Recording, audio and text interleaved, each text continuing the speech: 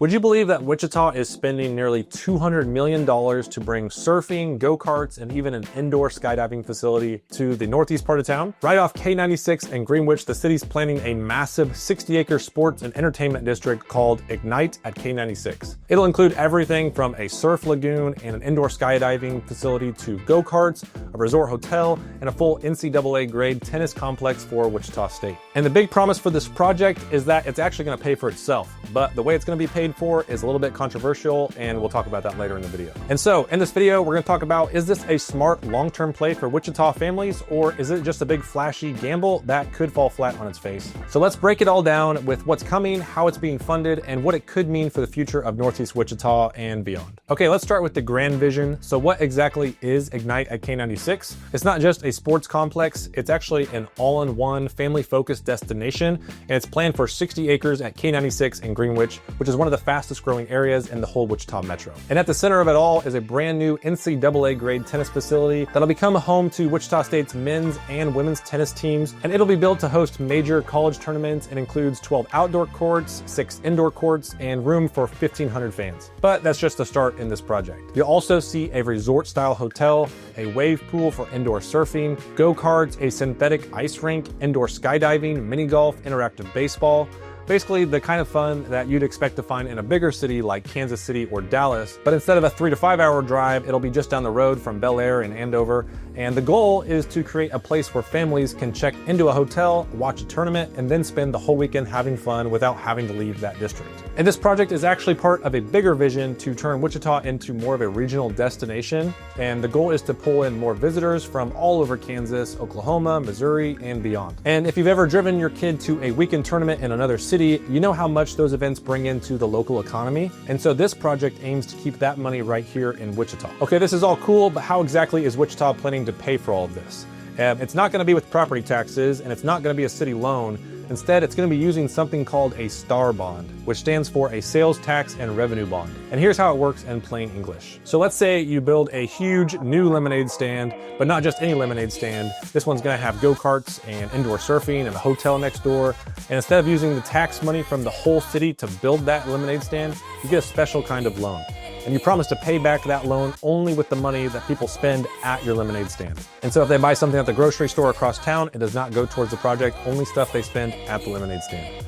That's how STAR bonds work. The project creates its own funding stream, and so if people show up and spend money, the bonds get paid off on their own. But if they don't, the risk is that the project will fail, but not the local taxpayers. This same K96 in Greenwich District already brought in Topgolf, the Stryker Sports Complex, and over 900,000 square feet of shops and entertainment. And that project's bonds actually got paid off early, and now it's generating nearly $12 million a year in new tax revenue. So Ignite at K96 is actually phase 3 of that project, and it's kind of like the grand finale of it all. And so the overall pitch is that, hey, this worked before, so now let's go a little bit bigger. But the question is that, so if STAR bonds are supposed to pay for themselves, what is the catch? Well, the whole thing depends on one big assumption, and it's that people will actually show up, spend money, and keep spending money here for years to come. But let's go back to that lemonade stand analogy. What happens if no one's thirsty? Or if the crowds slow down after the first year?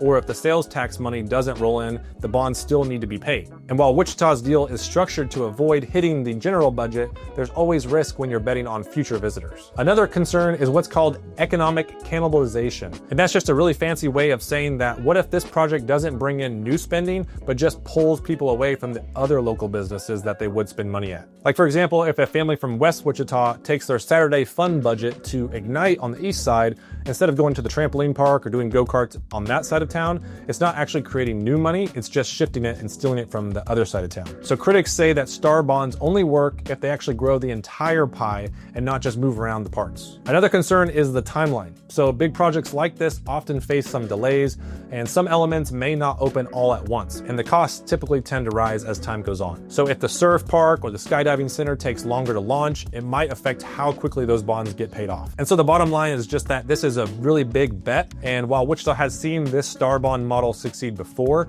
not every city has had the same success. And that's just why there's skepticism, especially when it comes to a project with the size and scope as Ignite at K96. And so with all that laid out on the table, will this big project actually work? There's a pretty solid case to say that yes, it will. The district that it's part of is already a proven winner, and earlier phases brought in Topgolf, Striker, and a ton of retail that continues to overperform. And those star bonds got paid off early, like I mentioned, and the area now generates millions in new tax revenue. So this third and final phase is designed to just build on that momentum that they've already got. And according to feasibility studies, it's projected to attract over 250,000 new visitors, and many of them from out of state, which means that new money should flow into Wichita restaurants, hotels, shops, and other attractions that we've got. And plus, the partnership with Wichita State is a really big deal. Their new tennis complex will be gifted to the university once it's built, and they've already committed to hosting major NCAA events there, and that gives the whole project some institutional weight and a built-in stream of traffic and potential income. And now that doesn't mean that this project is gonna be a for sure slam dunk. Some pieces like the surf park or indoor skydiving sound really exciting, but they're also a little bit trendy. And so we need to think, will people still be interested in those 5 years from now? And will ticket prices feel affordable for the local families to enjoy these types of things? And then there's construction to consider. With major KDOT work coming to the K96 corridor, timing and access could become a pretty big issue, especially if everything launches around the same time. But still, Wichita is making a really smart play on youth sports tourism, which is a booming billion-dollar industry. And a lot of you already know that families already travel for weekend tournaments, and this just makes sure more of those weekends happen here instead of Oklahoma City or Kansas City. Okay, so when you zoom out and look at this project, what do you see? So Wichita is making a really bold $192 million play for its future. And on one side of it, you've got a 60-acre sports and entertainment district packed with things we've never had here before. And it's a bet on tourism, family life, and keeping Wichita dollars in Wichita. But on the other side, there is some risk and potential delays and a funding model that only works if the crowds actually show up. And so from a real estate angle, developments like this can spark growth in nearby neighborhoods, boost visibility for our city, and bring in new jobs and infrastructure. But as always, the follow-through matters more than the press releases that you see online. And so I'm curious to know what you think. Do you think Ignite at K96 is the project that levels Wichita up, or is it just a little bit too big of a swing for Wichita to handle? Let me know what you think down in the comments. And if you want to stay in the loop on what's happening around Wichita each week, from new developments to family-friendly events, make sure that you're on my weekly email list. The link's down in the description, and it's just a great way to keep your finger on the pulse of what's happening in the city. And of course, if you're into this kind of content, make sure you hit subscribe and look out for my next video. But that's all for this one, and I will see you on the next one.